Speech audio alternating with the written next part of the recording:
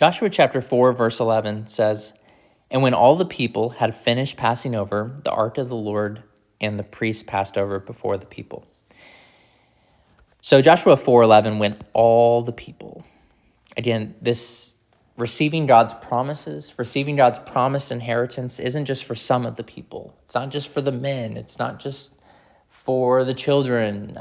It's not just for the women. It's not just for the leaders. It's not just for whoever you think might deserve it. The truth is, none of these people deserve it. But all of God's people receive God's promises. And so this is what we see here in verse 11. When all the people had finished passing over. Now, when we get into a couple of verses from now, in verse 13, we see that about 40,000 people, men specifically, from the 2.5 tribes on the western side of the Jordan River, when they passed over before the people armed for battle. Well, that wasn't all of the fighting men, as we see in the book of Numbers. And so probably what is taking place is going back to Joshua chapter 1, verse 14.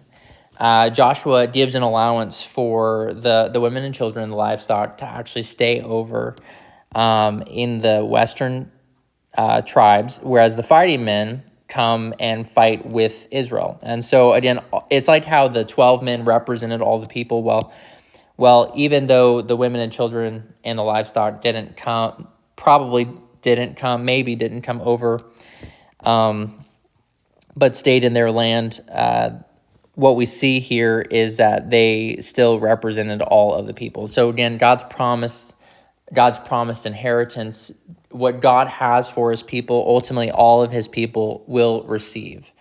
And this is kind of the picture that we're seeing. All of God's people pass over the Jordan River, and they are represented. Even those people who stayed in the west, they received God's promise because that's the land inheritance. But the point is that they were represented here as receiving God's promise. So when all the people had finished passing over, that's the Jordan River, the ark of the Lord, physical representation of the spiritual presence of God. God is with his people. That's kind of the point. It kind of pictures that. Literally, God is standing with his people, in the midst of his people. So the ark of the Lord and the priests passed over before the people. So again, before, not as like preceding them, because obviously they came in after, but before as in the presence of, like they're right there in the midst of. This is what the word before means. And so when all the people had finished passing over, the ark of the Lord and the priest passed over before the people. So now they were not in the river anymore, but they were now with the people.